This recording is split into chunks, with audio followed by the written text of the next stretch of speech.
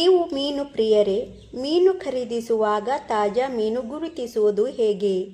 ಮೀನಿನ ತಾಜಾತನ ಪರೀಕ್ಷಿಸಲು 5 ವಿಧಾನಗಳಿವೆ.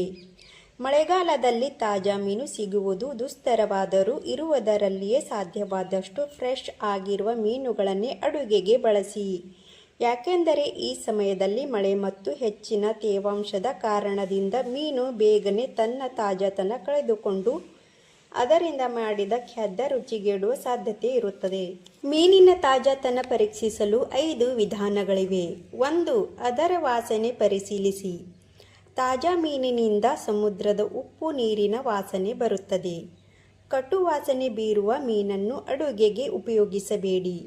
ಕೊಳೆಯಲು ಆರಂಭವಾಗಿರುವ ಮೀನು ಕೆಟ್ಟ ವಾಸನೆ ಹೊರಸೂಸುತ್ತದೆ. 2. ಮೀನಿನ ಕಣ್ಣುಗಳು ಸ್ವಚ್ಛ ಮತ್ತು ಹೊಳೆಯುತ್ತಿದ್ದರೆ ಅದು ಫ್ರೆಶ್ ಆಗಿದೆ ಎಂದರ್ಥ. ತುಂಬ ದಿನಗಳಾಗಿರುವ ಮೀನಿನ ಕಣ್ಣುಗಳು ಮಂಕಾಗಿ ಗುಳಿ ಬಿದ್ದಿರುತ್ತವೆ. 3. ಮೀನಿನ ಕಣ್ಣುಗಳ ಕೆಳಗಿರುವ ಕಿವಿರುಗಳನ್ನು ತೆರೆದು ಅದರ ಬಣ್ಣ ಪರೀಕ್ಷಿಸಿ. ಕೆಂಪು ಅಥವಾ ತಿಳಿ ಗುಲಾಬಿ ಬಣ್ಣವಿದ್ದರೆ ಮೀನು ತಾಜಾ ಆಗಿದೆ ಎಂದರ್ಥ. ಕಿವಿರಿನ ಬಣ್ಣ ಕಂದಾಗಿದ್ದರೆ ಅದು ತನ್ನ ತಾಜಾತನ ಕಳೆದುಕೊಂಡಿರುತ್ತದೆ. 4. ಮೀನಿನ ಮೇಲ್ಮೆಯನ್ನು ಒತ್ತಿದಾಗ ಗಟ್ಟಿ ಎನಿಸಿದರೆ ಅದು ಫ್ರೆಶ್ ಆಗಿದೆ ಎಂದರ್ಥ.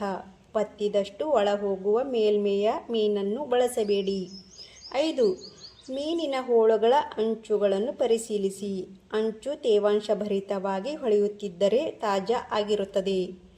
ಅಂಚು ಒಣಗಿ ಬಣ್ಣಗೆಟ್ಟಿದರೆ ಮೀನು ತಾಜಾವಾಗಿಲ್ಲ ಎಂದು ಅರ್ಥ. ಸ್ನೇಹಿತರೆ, ಈ ಮಾಹಿತಿ ನಿಮಗೆ ಇಷ್ಟವಾದರೆ ದಯವಿಟ್ಟು ಸಬ್ಸ್ಕ್ರೈಬ್ ಮಾಡಿ ಹಾಗೂ ಲೈಕ್, ಶೇರ್, ಕಮೆಂಟ್ ಸಹ ಮಾಡಿ. ವಿಡಿಯೋ ನೋಡಿದ್ದಕ್ಕಾಗಿ ಎಲ್ಲರಿಗೂ ಧನ್ಯವಾದಗಳು.